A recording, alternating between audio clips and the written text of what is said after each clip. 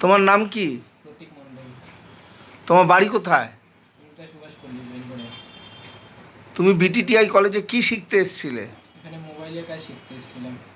তা দীর্ঘদিন যে মোবাইলের ক্লাস করলে তোমার কীরকম লেগেছে?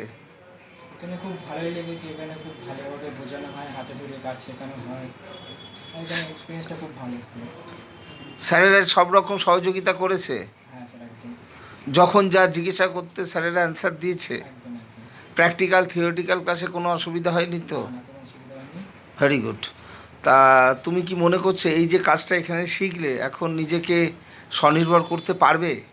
হ্যাঁ, এখন এটা নিজের উপর নির্ভর করছে। আমি কাজটা এবার হাতে কাজ করতে করতে এবার পুরো ভালোভাবে শিখতে পারবো, এবার পরে গিয়ে একটা ভালো জায়গায় দাঁড়াতে পারবো। Very good. তা তুমি নিজেকে স্বনির্ভর করতে প্রচেষ্ট হবে। হ্যাঁ। Very good.